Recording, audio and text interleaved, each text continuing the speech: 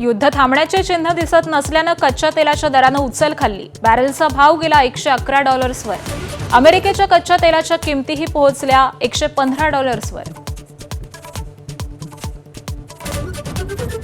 होर्मुझ सामुद्रधुनी उघडली तर शस्त्रसंधी करू असा अमेरिकेचा प्रस्ताव इराणनं फेटाळला। होर्मुझमध्ये युद्धापूर्वीची स्थिती आता येणार नाही असं इराणचं स्पष्टीकरण। फारसच्या खाडीमध्ये नव्या व्यवस्थेची तयारी। डोनाल्ड ट्रम्प यांनी इराणला दिलेल्या इशाऱ्यातील अभद्र भाषेवरून अमेरिकेच्या खासदारांची टीका। इराण म्हणाले अशा धमक्यांना भीक घालत नाही, तर रशियानं दिला अल्टिमेटमची भाषा सोडण्याचा सल्ला। डोनाल्ड ट्रम्प यांच्या 2 दिवसांच्या नव्या इशाऱ्यानंतर भारत आणि इराणच्या परराष्ट्र मंत्र्यांमध्ये 2 वेळा फोनवरून चर्चा। ताजी युद्धस्थिती, भारतीयांची सुरक्षा आदी मुद्द्यांचा आढावा घेतला। देशभर एलपीजीला पर्याय म्हणून पीएनजी गॅसला मोठी पसंती। युद्ध सुरू झाल्यापासून महिन्याभरामध्ये 8 लाख नवे कनेक्शन्स। घरगुती आणि कमर्शियल सिलेंडरचा तुटवडा नसल्याचा सरकारचा पुन्हा निर्वाळा। सुनेत्रा पवार आज बारामती पोटनिवडणुकीचा उमेदवारी अर्ज भरणार। पूर्वनियोजित कार्यक्रमामुळे फडणवीस शिंदे गैरहजर राहणार। राष्ट्रवादीचे नेते राहणार उपस्थित। राहुरी पोटनिवडणुकीसाठी महाविकास आघाडीचा सस्पेन्स कायम। शरद पवारांच्या राष्ट्रवादीचे प्राजक्त तनपुरे इच्छुक, तर तिन्ही पक्षाकडून एकच उमेदवार द्यावा, ठाकरेंच्या शिवसेनेची भूमिका।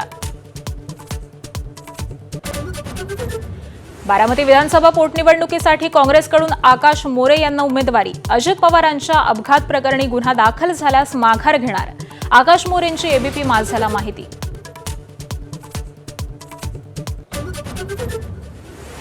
पंढरपूरच्या नगराध्यक्ष डॉक्टर प्रणिता भालके यांचे पती भगीरथ भालके 12 तारखेला शिवसेनेत प्रवेश करणार। भाजपसाठी मोठा धक्का। पंढरपूर आणि मंगळवेढ्यातल्या कार्यकर्त्यांशी संवाद साधला। रॉयल चॅलेंजर्स बंगळुरूचा चेन्नई सुपर किंग्सवरती 43 धावांनी विजय। बंगळुरूची गुणतालिकेमध्ये अव्वल स्थानावर झेप। चेन्नई सुपर किंग्सच्या पराभवाची हॅट्रिक।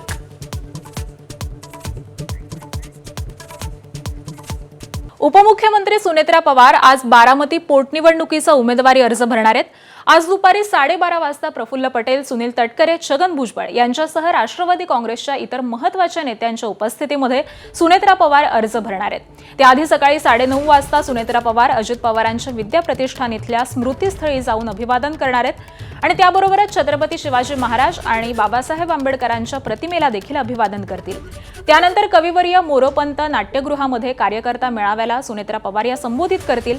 त्याबरोबरच आज उमेदवारी अर्ज भरण्यासाठी मुख्यमंत्री देवेंद्र फडणवीस, उपमुख्यमंत्री एकनाथ शिंदे हे उपस्थित राहणार नाहीत अशी माहिती तटकरेंनी दिली आहे। मुख्यमंत्री देवेंद्र फडणवीस हे तमिळनाडू आणि गोव्यामध्ये प्रचारात व्यस्त आहेत, मात्र भाजपकडून महसूल मंत्री चंद्रशेखर बावनकुळे हे उपस्थित राहणार आहेत। ही पोटनिवडणूक बिनविरोध व्हावी याकरता प्रयत्न करणार असून गरज पडल्यास राहुल गांधींना भेटणार असल्याचे देखील तटकरेंनी सांगितलंय।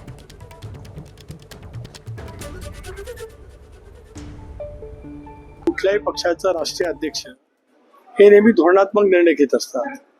राहुल गांधीला भेटण्यामध्ये त्याच्यात काय वेगळं वावगं असण्याचं काही कारण नाही, परंतु पक्षाचे अध्यक्ष जर काही खरगे जे असतील तर काँग्रेसच्या इंडियन नॅशनल काँग्रेसच्या प्रथेनुसार अध्यक्ष त्या ठिकाणी निर्णय घेतात। आवश्यकता लागली तर राहुल गांधींची सुद्धा भेट घेण्यामध्ये आम्हाला काही गैर वाटण्याचं काही कारण नाही। आणि उपमुख्यमंत्री सुनेत्रा पवारांचा आजचा कार्यक्रम नेमका कसा आहे ते आपण जाणून घेऊयात। सकाळी 9:30 वाजता विद्या प्रतिष्ठानमध्ये अजित पवारांच्या स्मृतीस्थळी ते अभिवादन करणार आहेत। त्यानंतर सकाळी 10 वाजता छत्रपती शिवाजी महाराज, डॉक्टर बाबासाहेब आंबेडकर यांच्या प्रतिमेला अभिवादन करतील आणि दुपारी 12:30 वाजता पोटनिवडणुकीसाठी उमेदवारी अर्ज दाखल करतील।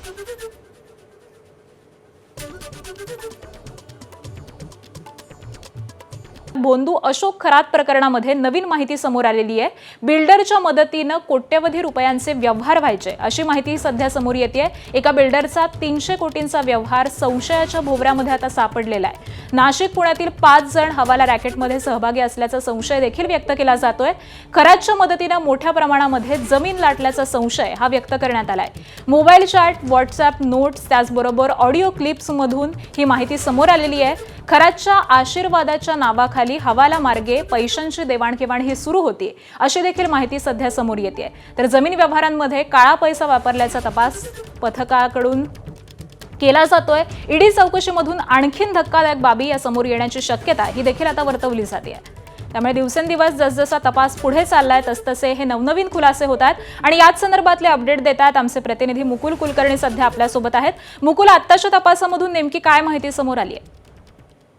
अशोक खरात हा हवालाच्या माध्यमातून मोठं रॅकेट चालवत होता असा संशय व्यक्त होत होता. मात्र हा एवढा पैसा येतो कुठून याचा ज्यावेळेस शोध घेण्यात आला त्यावेळेस त्याच्या संपर्कामध्ये नाशिक आणि वास्तविकता पुण्यामधले काही बडे बिल्डर असल्याचं देखील संशय व्यक्त होत आहे. आणि काही व्यवहारांची जर तपासणी बघितली तर त्यामध्ये पुण्यातील काही महत्वाच्या बिल्डरकडनं पैशांची मोठ्या प्रमाणात देवाणघेवाण झाल्याचा संशय हा व्यक्त केला जात आहे. साधारणतः 300 कोटी रुपयापर्यंतची ही उलाढाल असल्याचा देखील संशय आहे आणि त्या दृष्टीने आता तपास सुरू झालेला आहे. आणि जमिनीच्या व्यवहारांमध्ये देखील हा काळा पैसा वापरण्यात आलेला होता. आपण बघितलं शेकडो ने हजारो कोटी रुपयांची जवळपास प्रॉपर्टी असल्याचं आता निष्पन्न होत आहे. मुख्यमंत्र्यांनी स्वतः सांगितले की यामध्ये ईडीच्या माध्यमातून चौकशी केली जाणार आहे. तर त्याच्या मागचा हा रूटच तो होता की ईडीच्या माध्यमातून चौकशी होणार आणि जे बांधकाम व्यवसाय किंवा मोठे झेंडा आहेत जे खराच्या नादी लागलेले होते ते सर्वजण आता रडारवर येत आहेत. अगदी धन्यवाद मुकुल या सगळ्या सविस्तर माहितीसाठी. उपमुख्यमंत्री सुनेत्रा पवार आज बारामती पोटनिवडणुकीचा उमेदवारी अर्ज भरणार आहेत आणि त्यामध्ये आता बारामतीमध्ये लावण्यात आलेल्या पोस्टरनं अनेकांचं लक्ष वेधलंय. बारामतीतील प्रशासकीय भवनाबाहेर सुनील तटकरे आणि प्रफुल्ल पटेल यांच्या विरोधामध्ये पोस्टर्स लावण्यात आलेले आहेत. अजितदादांचं फक्त नावच पुरेसं आहे, घातकी तटकरे आणि पटेलची गरज नाही अशा आशयाचे पोस्टर हे बारामतीमध्ये झळकू लागलेत. हे बॅनर अजित पवार समर्थकांनी लावलेले आहेत.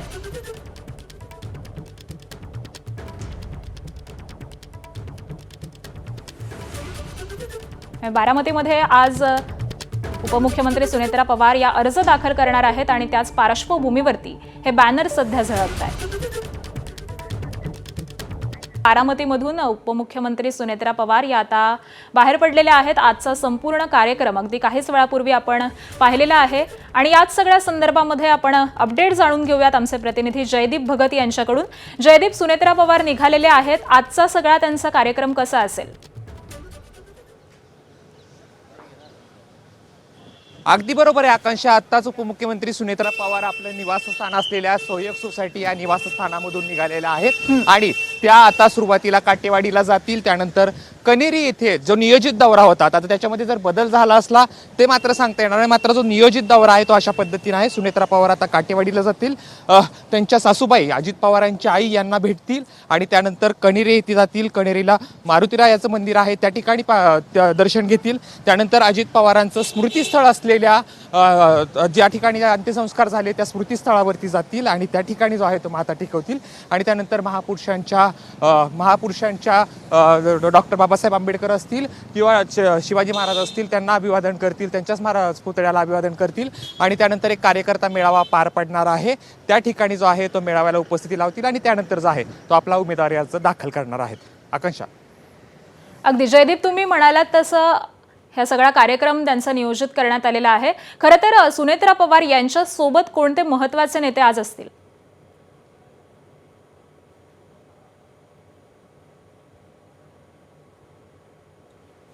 नेते असतील तर त्या ठिकाणी आहेत ते येणार आहेत. सोबतच अनेक आमदार जे आहेत ते राष्ट्रवादी पक्षाचे ते देखील या ठिकाणी येणार आहेत. आणि खरं तर आज मोठ्या प्रमाणात जे आहे ते सगळे 12:30च्या दरम्यान 11:30 ते 12:30च्या दरम्यान हा कार्यक्रम जो आहे तो प्रशासकीय भवनाच्या समोर असलेल्या कविवर्य मोरपंत सभागृहात हा मेळावा पार पडणार आहे. त्या ठिकाणी येणार आहे. त्यानंतर जो आहे तो कार्यक्रम झाल्यानंतर हे सगळे नेते मंडळी राष्ट्रवादीचे आमदार असतील, सोबतच अनेक मंत्री जे आहेत ते या ठिकाणी येणार आहेत. सोबत राष्ट्रवादीचे प्रदेशाध्यक्ष सुनील तटकरे आहेत, प्रफुल्ल पटेल आहेत, ते देखील त्यांच्या उपस्थितीत जो आहे तो हा उमेदवारी अर्ज दाखल केला जाईल. एकंदरीत जर पाहायला गेलं तर बारामतीची निवडणूक जी आहे ती बिनविरोध करण्याचे राष्ट्रवादीचे प्रयत्न होते. मात्र काँग्रेसने उमेदवार दिलेला आहे. आज काँग्रेसचे उमेदवाराचा आज उमेदवारी अर्ज दाखल केला जाणार आहे. तो उमेदवारी अर्ज दाखल करण्यासाठी या ठिकाणी जे आहे ते प्रदेशाध्यक्ष हर्षवर्धन सपकाळ आणि राष्ट्रीय समाज पक्षाचे नेते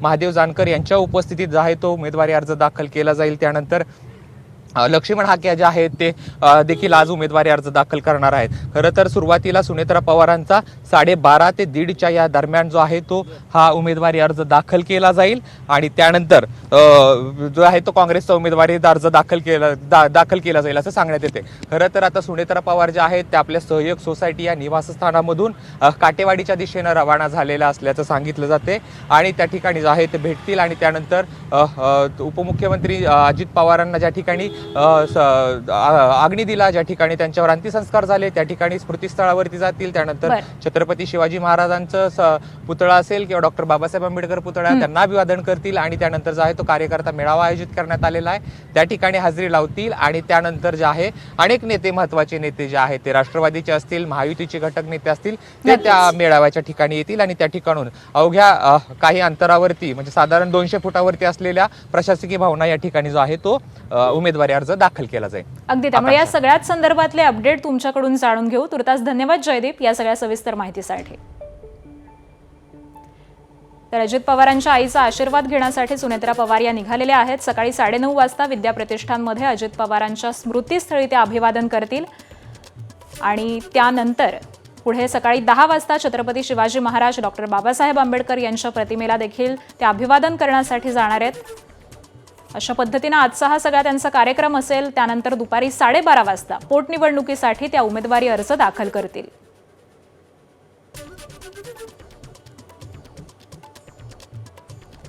तर सुनेत्रा पवार अगदी काहीच वेळापूर्वी त्यांच्या सहयोग या निवासस्थानावरून काटेवाडीकडे जाण्यासाठी रवाना झालेले आहेत. आणि पुढची एक ब्रेकिंग बातमी पाहूयात. आम्हाला पैसे नको, अपघाताचं कारण सांगा. एअर इंडिया अपघातातील मृतांच्या नातेवाईकांनी ही मागणी केलेली आहे. 30 मृतांच्या कुटुंबियांनी पंतप्रधान नरेंद्र मोदी यांच्याकडे पत्राद्वारे ही मागणी केलेली आहे. ब्लॅक बॉक्सचा डेटा हा सार्वजनिक करण्याची देखील मागणी या कुटुंबियांकडून करण्यात आली आहे. तर गेल्या वर्षी 12 जूनला झालेल्या अहमदाबादमधील अपघातामध्ये एकूण 260 जण हे दगावलेले होते आणि 10 महिन्यांनंतर देखील अपघाताच्या कारणाचं गूढ हे अद्यापही कायम आहे आणि त्याचमुळे या कुटुंबियांकडून ही मागणी करण्यात आलेली आहे. अजित पवारांच्या निधनानंतर रिक्त झालेल्या बारामती विधानसभेची निवडणूक ही बिनविरोध होण्याची शक्यता मावळली आहे. कारण काँग्रेसनं बारामतीच्या जागेवरती आकाश मोरे यांना उमेदवारी जाहीर केली आहे. ही निवडणूक जाहीर झाल्यापासूनच उमेदवार देण्यावरती काँग्रेस ठाम होतं. बारामतीची निवडणूक बिनविरोध करावी असं आवाहन राज्याचे मुख्यमंत्री देवेंद्र फडणवीस यांनीही केलं होतं. मात्र काँग्रेसनं अखेर या ठिकाणी उमेदवार जाहीर केलाय. त्यामुळे एबीपी माझाच्या बातमीवरती देखील शिक्कामोर्तब झालाय. आकाश मोरे आज काँग्रेसचे प्रदेशाध्यक्ष हर्षवर्धन सपकाळ आणि यांच्या उपस्थितीत अर्ज भरणार आहेत. उमेदवारी जाहीर झाल्यानंतर एबीपी माझाशी बोलताना आकाश मोरेंनी एक महत्त्वाचं वक्तव्य केलंय. अजित पवारांच्या विमान अपघाताचा FIR दाखल झाला तर माघार घेणार असल्याचा विचार करेन असं आकाश मोरेंनी म्हटलंय. भावनिक वातावरण आहे मात्र जबाबदारी देखील तितकीच महत्त्वाची आहे म्हणून मी निवडणूक लढवतोय असं त्यांनी म्हटलं. बारामती विधानसभा पोटनिवडणुकीमध्ये काँग्रेसकडून उमेदवारी देण्यात आलेली आहे. ॲडव्होकेट आकाश मोरे आपल्यासोबत आहेत. एबीपी माझाशी फोनवरून बोलताना सांगितलं की जर अजित पवारांच्या विरोधात जो प्रकार झालेला आहे किंवा त्याच्या संदर्भात जर गुन्हा दाखल झाला तर मी उमेदवारी त्याच्यावर म्हणजे आम्ही त्याचा पुनर्विचार करू. म्हणजे तुम्ही सिरियस आहात. आमचा कर्ता पुरुष बारामतीतला कर्ता पुरुष गेला. बारामतीतलाच नव्हे, हा पूर्ण महाराष्ट्राचा, महाराष्ट्राला वेगळ्या दिशेला नेणारा आमचा जो कर्ता पुरुष आहे तो गेलेला आहे. त्याचं काहीतरी अकाउंटेबिलिटी तुम्ही फिक्स करणार आहात का नाही? म्हणजे ॲज अ सरकार म्हणून, ॲज अ गृहमंत्री म्हणून तुम्ही कुणाला तरी अकाउंटेबिलिटी फिक्स करणार. गृहमंत्र्याच्या अंडरखाली येतं सगळ्या गोष्टी या महाराष्ट्रातल्या. गृहमंत्री, मुख्यमंत्री हा प्रमुख असतो या राज्याचा आणि राज्यातला दुसरा प्रमुख माणसाचा जर ॲक्सिडेंट होत असेल आणि तो सुद्धा सस्पिशियस ॲक्सिडेंट होत असेल याचा कुणी आपण गांभीर्याने विचार नाही करणार का? पण याच्यावर काय समर्पक उत्तर देत नाही तुम्ही. विधानसभेमध्ये तुम्ही आमदाराला सांगता पण बाहेर येऊन प्रेसमध्ये काय तुम्ही सांगताय का की असं आहे आम्ही FIR कॉपी दाखल करतो, ह्याला जो काही विमान मालक आहे तर त्याला आम्ही अटक करतो किंवा त्याच्यावर कारवाई करतो? काही नाही, सगळे अलबेला आहे. म्हणजे याचा अर्थ आमच्यासारख्या जो अजित पवारवर एकेकाळी आम्ही विरोध केला आहे पण डेव्हलपमेंटच्या दृष्टीने आम्ही त्यांच्याबरोबर होतो. डेव्हलपमेंट अत्यंत चांगली केलेली आहे, अत्यंत चांगला कर्तबगार माणूस आहे आणि तो गेलेला आहे आणि त्याच्या काहीच नाही, त्याच्या म्हणजे जर गुन्हा जर दाखल केला तर तुम्ही पाठीमागे येणार, त्यावर ठाम आहे तुम्ही? अगदी एफ आय आर महाराष्ट्रात दाखल झाला तर आम्ही माझ्या उमेदवारीचा पुनर्विचार करेल. आणि म्हणजे तुम्ही असं स्पष्ट सांगत नाही आहात मागे? आम्ही पुनर्विचार करू. आमच्या सपकाळ साहेबांनी पण मला त्याचंच डिरेक्शन दिलेले आहेत. मी त्यांच्याशी बोललो की बाबा असं असेल तर मी असं करू. खूप खूप धन्यवाद. तर हे होते आकाश मोरे, ज्यांचं फॅमिली बॅकग्राऊंड, त्यांचे वडील आमदार होते आणि त्यांना काँग्रेसने आता उमेदवारी दिलेली आहे. खरं तर ही निवडणूक कठीण असणार आहे आकाश मोरेंसाठी, मात्र ते लढायला तयार आहेत. वेगवेगळ्या मुद्द्यांवरती त्यांनी देखील आता भाष्य केलं. Camera person Shreyas Jaydeep Bhagat, ABP Majha, Baramati. दुसरीकडे शरद पवारांच्या राष्ट्रवादीनं बारामतीमध्ये उमेदवार देणार नसल्याचं आधीच जाहीर करून टाकलं, तर ठाकरेंच्या शिवसेनेनं देखील बारामतीमध्ये उमेदवार दिला नाही. सुनेत्रा पवार यांनी याबाबत उद्धव ठाकरेंसोबत फोनवरून संवादही साधला. मात्र ठाकरे उमेदवार देणार नसले तरी ते मवियातील मित्रपक्ष असलेल्या काँग्रेसला पाठिंबा देणार की सुनेत्रा पवारांना, याचं चित्र हे अद्यापही स्पष्ट झालेलं नाहीये. यासोबतच धनगर नेते लक्ष्मण हाके आज उमेदवारी अर्ज दाखल करणार आहेत. सुनेत्रा पवारांविरोधामध्ये 17 उमेदवारांनी उमेदवारी अर्ज भरलेला आहे, तर अनेक अपक्ष उमेदवार देखील रिंगणामध्ये उतरले. त्यामुळे बारामतीतील ही लढत बहुरंगी होणार असून मतदारांसमोर अनेक पर्याय उभे राहिल्यामुळे निवडणूक अधिक चुरशीची होण्याची चिन्ह दिसत आहेत. राहुरी विधानसभा पोटनिवडणुकीसाठी भाजपचे उमेदवार अक्षय कर्डिले आज आपला उमेदवारी अर्ज दुपारी 1 वाजता भरणार आहेत. अर्ज भरण्यापूर्वी ते राहुरीच्या पांडुरंग लॉन्स इथं जाहीर सभा घेणार असून मोठं शक्ती प्रदर्शन करून उमेदवारी अर्ज दाखल करणार असल्याचं समजतंय. यावेळी पालकमंत्री राधाकृष्ण विखे पाटील, प्रदेशाध्यक्ष रवींद्र चव्हाण, विधान परिषदेचे सभापती राम शिंदे, आमदार संग्राम जगताप आणि मोनिका राजळे उपस्थित राहणार आहेत.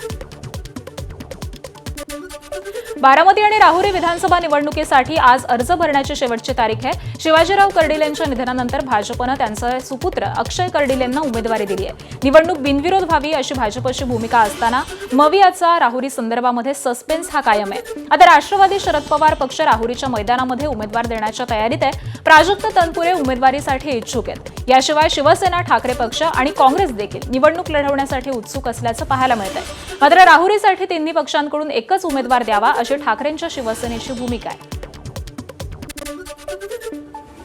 दिल्लीतील संसदेमध्ये आज नवनिर्वाचित राज्यसभा सदस्यांचा शपथविधी सोहळा पार पडणार आहे. नुकत्याच झालेल्या निवडणुकांनंतर विविध राज्यातील दिग्गज नेते हे आज शपथ घेणार असून महाराष्ट्रातील अनेक नेत्यांचा त्यामध्ये समावेश आहे. ज्येष्ठ नेते शरद पवार, केंद्रीय राज्यमंत्री रामदास आठवले, त्याबरोबरच रामराव वडकुते, माया इवनाते आणि ज्योती वाघमारे आज शपथ घेणार आहेत. राज्यसभेचे सभापती आणि उपराष्ट्रपती CP राधाकृष्णन या नव्या सदस्यांना शपथ देणार आहेत. दरम्यान भाजपचे राष्ट्रीय सरचिटणीस विनोद तावडे अधिकृतरित्या राज्यसभा सदस्य म्हणून संसदेमध्ये पाऊल ठेवतील. ते 10 एप्रिलला शपथ घेण्याची शक्यता आहे. तर पार्थ पवार यांची राष्ट्रवादी काँग्रेसकडून राज्यसभेवरती पहिल्यांदाच निवड झाली आहे. ते 9 एप्रिलला शपथ घेणार आहेत. तर आज 5 जणांचा एकूण शपथविधी पार पडणार आहे. यामध्ये शरद पवार, त्याचबरोबर रामदास आठवले, भाजपचे रामराव वडकुते हे आज शपथ घेतील. त्याशिवाय भाजपच्या माया इवनाते आणि शिवसेनेच्या ज्योती वाघमारे यांचा देखील शपथविधी सोहळा पार पडेल. त्याचबरोबर विनोद तावडे हे 10 एप्रिलला शपथ घेण्याची शक्यता वर्तवली जाते आणि पार्थ पवार हे 9 एप्रिलला शपथ घेणार आहेत.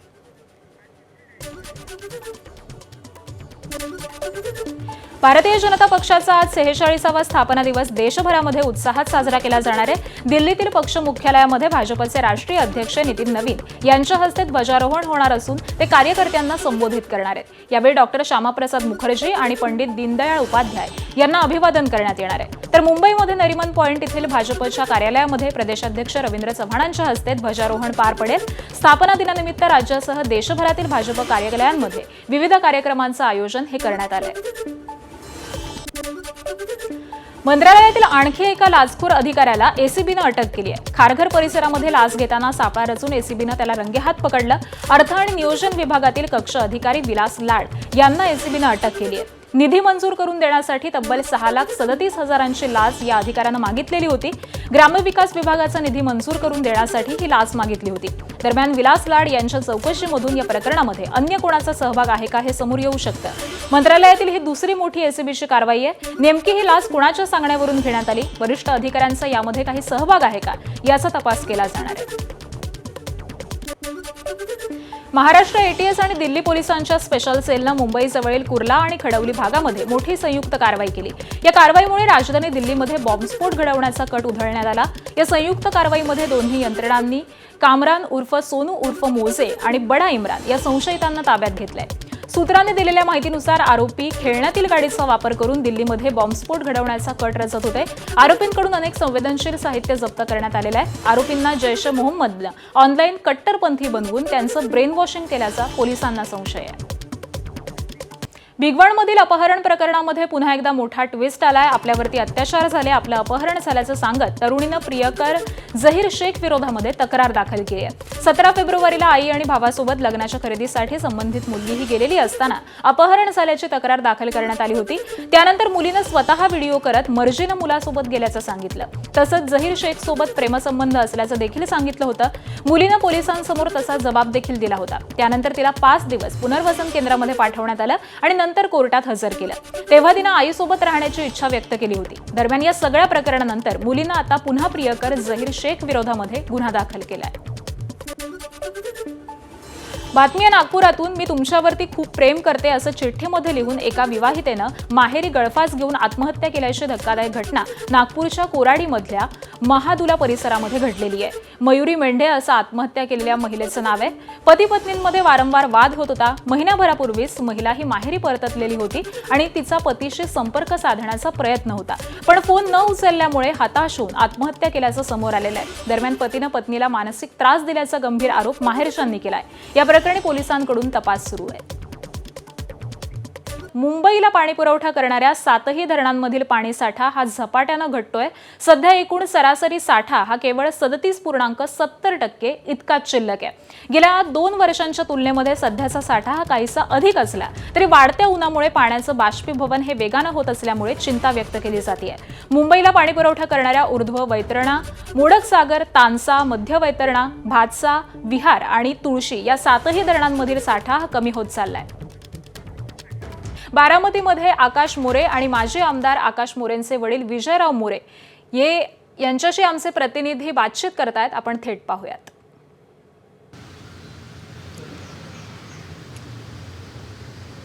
सुनेत्रा पवारांच्या विरोधात बारामतीची पोटनिवडणूक लढवणारे आकाश मोरे एव्हाना सगळ्यांना ठाऊक झालेत. मात्र पवारांच्या म्हणवणाऱ्या बारामतीमध्ये काँग्रेसचं अस्तित्व अबाधित ठेवण्याचा प्रयत्न करणाऱ्या या मोरे कुटुंबाचा इतिहास मोठा रंजक आहे. सगळ्यांनी तो माहीत करून घ्यायला हवा. आपल्यासोबत आकाश मोरे यांचे वडील माजी आमदार विजयराव मोरे आहेत. शरद पवारांच्याही आधी त्यांनी बारामतीमध्ये त्यांचं म्हणून राजकारण सुरू केलं होतं. विजयराव मोरेंना समाजवादी पक्षाची पार्श्वभूमी राहिली आहे. त्यानंतर ते काँग्रेसमध्ये आले. शरद पवारांच्या पुढाकाराने त्यांना विधान परिषदेची आमदारकी देखील मिळाली आणि शरद पवारांसोबत सातत्याने त्यांचे सलोख्याचे संबंध देखील राहिले. एवढंच नाही तर 2024ला झालेली लोकसभेची निवडणूक ज्यासाठी त्यांनी सुप्रिया सुळेंचा प्रचार केला आणि त्यानंतर झालेल्या विधानसभेच्या निवडणुकीमध्ये त्यांनी योगेंद्र पवारांसाठी प्रचार केला. मात्र आत्ता असं काय झालं की अजित पवारांच्या अपघाती दुर्दैवी मृत्यूनंतर देखील मोरे कुटुंब पोटनिवडणुकीमध्ये उतरलं आहे. नमस्कार, ABP माझामध्ये तुम्हा सगळ्यांचं स्वागत. आपण सिनियर मोरेंपासून सुरुवात करूयात. तुमचा हा जो काही इथला प्रवास आहे तर तो सुरुवातीपासून तुम्ही कसा सांगाल? म्हणजे समाजवादी पक्षामध्ये तुम्ही किती साली आलात आणि त्यावेळी इथली परिस्थिती काय होती? मी 63-64 साली पुण्याच्या लॉ कॉलेजमध्ये शिक्षण घेत होतो. सकाळी नोकरी करणं आणि दुपारी म्हणजे सकाळी कॉलेज करणं, दुपारी नोकरी करणं आणि त्यानंतर समाजवादी पार्टीचं ऑफिसमध्ये जाणं. लालजी कुलकर्णी नावाचे तिचं एक म्हातारी ग्रस्त होते. प्रजा समाजवादी पार्टीचा मी सदस्य होतो. पुढं प्रजा समाजवादी पार्टीच्यामध्ये 2 विभागणी झाल्या. समाजवादी पार्टी झाली पण मी प्रजा समाजवादी पार्टीमध्ये राहिलो. अशा रीतीने मी काम करत होतो. 1967ला मला बारामती तालुक्याचा प्रचारक म्हणून मला आमच्या पक्षाने आदेश दिला. बारामती, इंदापूर आणि पुरंदर ह्या 3 तालुक्याची त्यावेळेला म्हणजे साधनं कमी असल्यामुळं मला तिघांची प्रचाराची जबाबदारी दिली. तर आम्ही किसन पुनाजी कदम हा परीट समाजाचा माणूस, मी मुद्दाम जातीचा उल्लेख करतो आहे की समाजवादी पार्टीचं हे धोरण आहे की OBC वगैरे जे कोणी असतील, डाऊन ट्रोडर असतील, यांना सत्तेमध्ये आणायचं आहे. सत्ता, संपत्ती, प्रतिष्ठा त्यांच्यापर्यंत गेल्याशिवाय हा देश बलवान होणार नाही. ही आमची भूमिका असल्यामुळं आम्ही किसन पुनाजी कदम नावाचा एक माणूस उभा केला होता पुरंदरमध्ये. इथं SC नायडू परप्रांतातून आलेला विडी कामगार, त्याचं कोणी इथं नाही, जात नाही, पात नाही, काय धर्म नाही, काही नाही, अशा माणसाला आम्ही शरद पवारच्या विरुद्ध उभं केलं होतं 67 साली. बाबूलाल काकडे प्रमुख कंटेंडर होते त्यांचे. ते सगळे त्यांचा तो सगळा प्रचार जो होता तो कुठल्या लेवलला होता ते मी सांगत नाही. तुमच्याही राजकारणाची एका अर्थाने त्यावेळी सुरुवात होती. हां, त्यानंतर 1972ला तुम्ही स्वतः शरद पवारांच्या विरोधात निवडणूक लढवली. हो. मी 1972 मला समाजवादी पार्टीने तिकीट दिलं, कारण मी वकिली करत होतो आणि वकिली हाच माझा हे होता. वकिली करून मग संध्याकाळच्या वेळेला शेतकरी शेतमजूर पंचायतीचं मी काम करायचो आणि आम्ही ऑफिस छोटं मोठं ऑफिस होतं ते आम्ही चालवायचो. त्याच्या अगोदरचे 71 साली मी रामराव काकडे नावाच्या माणसाचे, म्हणजे आमचे मित्र होते, वकीलच होते, त्यांची लोकसभेची निवडणूक लढवली होती. त्यामुळं मी परत एकदा लाईमलाईटमध्ये आलो होतो इथं. आणि समाजवादी पार्टीला आमच्या इथले वायस कानेटकर होते, गणी आचार होते, हे सगळे छोटे लोक जे होते त्या सगळ्या लोकांनी मला हे म्हटलं की तुम्ही लढवायला पाहिजे. माझी फारशी परिस्थिती नसताना. तर इस्रायलच्या लेबनॉनवरील 3 हल्ल्यांमध्ये एकूण 15 जण हे ठार झालेले आहेत. लेबनॉनच्या आरोग्य मंत्रालयानं ही हल्ल्यांची माहिती दिली आहे. बैरूत शेजारील जेनाहमधील देखील हल्ल्यामध्ये आतापर्यंत 5 जण ठार झालेले आहेत, तर 52 जण जखमी झाले आहेत. आईन सादेहमधल्या निवासी इमारतीमध्ये देखील हल्ला झालेला आहे, यामध्ये 3 जण ठार झालेत. इस्रायली सीमेवरील हट्टा शहरावरती देखील हल्ला झालाय आणि या हल्ल्यामध्ये 7 जण ठार झालेले आहेत. अल अमानामधल्या गॅस स्टेशनवरती देखील इस्रायलनं मोठे हल्ले केलेत.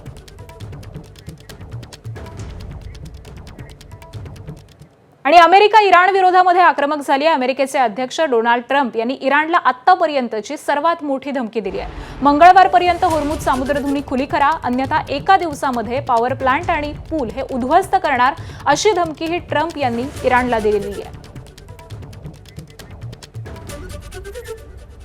आणि ट्रम्प यांच्या इशाऱ्यानंतर अमेरिकेच्या B-1 बॉम्बरचा ताफा हा रवाना झालेला आहे. ब्रिटिश मीडियानं हे वृत्त दिलेलं आहे.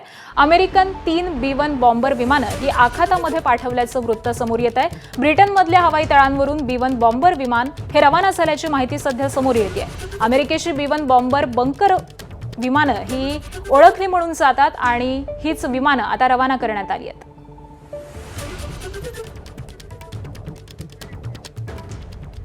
अमेरिकेला जशास तसं उत्तर देण्याचा इराणचा प्रति इशारा आहे. पूल आणि वीज प्रकल्प हे तोडले तर आम्ही देखील पायाभूत सुविधांना लक्ष्य करू, असा इशारा हा इराणनं दिलेला आहे. परराष्ट्र मंत्रालयाचे प्रवक्ते इस्माईल बाघे यांनी हे प्रत्युत्तर दिलंय. ट्रम्प यांनी आता पूल आणि वीज प्रकल्पांची बारी असा इशारा दिलेला होता आणि त्यालाच इराणकडून प्रत्युत्तर देण्यात आलंय.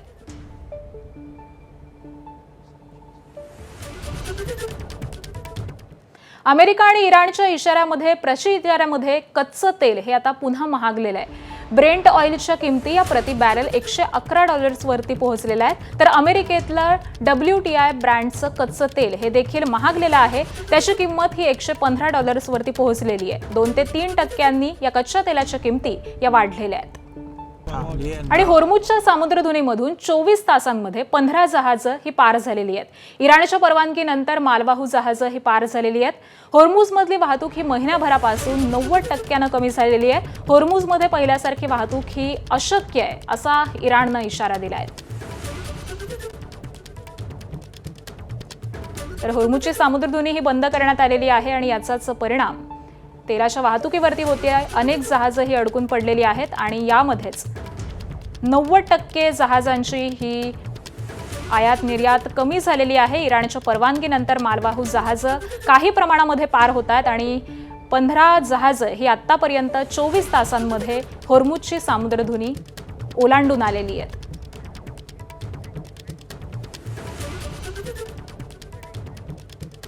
आणि इराणमध्ये अमेरिका आणि इस्रायल विरोधामध्ये जोरदार प्रदर्शनं करण्यात येत आहेत. इराणमधील अनेक शहरांमध्ये हजारो नागरिक हे रस्त्यावरती उतरत अमेरिका आणि इस्रायल विरोधामध्ये घोषणाबाजी करत आहेत. त्याबरोबरच मोस्तफा खामेनींच्या समर्थनार्थ देखील घोषणाबाजी ही करण्यात येते. जम्मू काश्मीरमधील लेह जिल्ह्यातील नागरिक इराणमधील नागरिकांना विविध प्रकारच्या देणग्या देत आहेत। लेहमध्ये आयोजित एका अनोख्या लिलावामध्ये कोंबडीच्या एका अंड्याची 25,000 रुपयांना विक्री झाली। शबीर हुसेन या रहिवाशानं या अंड्याची 25,000 रुपयांना खरेदी केली। युद्धग्रस्त इराणसाठी मदत निधी उभारण्याच्या उद्देशानं हा लिलाव आयोजित करण्यात आला होता। स्थानिकांनी स्वेच्छेनं अंडी आणि पशुधन यांच्यासारख्या वस्तू या जास्त बोली लावून खरेदी केलेल्या आहेत।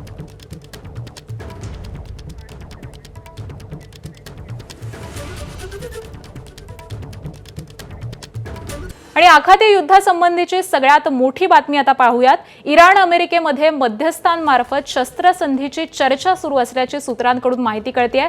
45 दिवसांच्या शस्त्रसंधीचा इराणचा प्रस्ताव आहे अशी माहिती सूत्रांकडून समोर येते। तर स्थानिक मध्यस्थांच्या गटाचा शस्त्रसंधीसाठी पुढाकार आहे। शस्त्रसंधी झाली तर युद्ध कायमचं थांबेल असा विश्वास देखील व्यक्त करण्यात येतोय। 38व्या दिवसानंतर शस्त्रसंधीवरती गंभीर चर्चा झालेली आहे। ट्रम्प यांनी काल इराणला चर्चेची शेवटची मुदत दिलेली होती। बुधवारी संध्याकाळी 5:30 पर्यंत अटी मान्य करा अन्यथा हल्ले करू असा इशारा ट्रम्प यांच्याकडून देण्यात आलेला होता आणि त्यानंतरची ही सगळ्यात मोठी अपडेट समोर येते।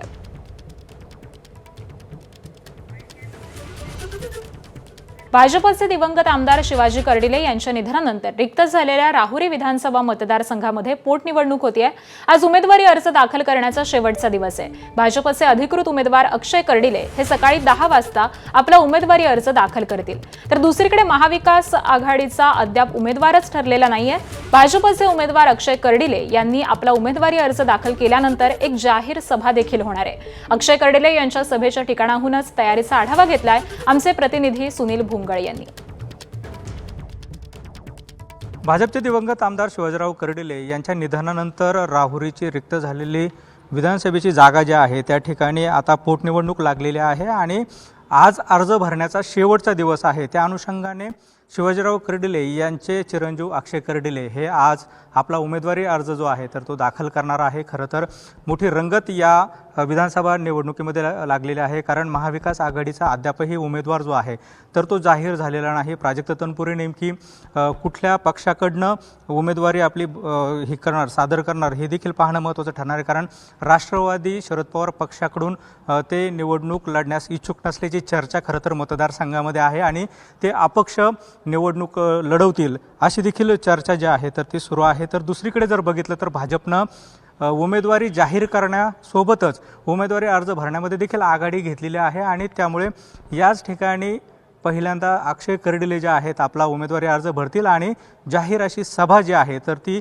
या ठिकाणी पार पडणार आहे। या सभेसाठी जिल्ह्याचे पालकमंत्री राधाकृष्ण विखे पाटील, त्याचबरोबर भाजपचे प्रदेशाध्यक्ष रवींद्र चव्हाण, त्याचबरोबर आमदार मोनिका राजळे, आमदार संग्राम जगताप यांची देखील उपस्थिती राहणार आहे। 10 वाजता खरं तर अक्षय कर्डिले जे आहेत आपला उमेदवारी अर्ज दाखल करतील आणि जोरदार शक्ती प्रदर्शन जे आहे ते देखील या ठिकाणी होणार आहे। कॅमेरा पर्सन धनंजय दारुंटेसह सुनील भुंगळे, एबीपी माझा, राहुरी, अहिल्यानगर। एबीपी माझा, उघडा डोळे बघा नीट।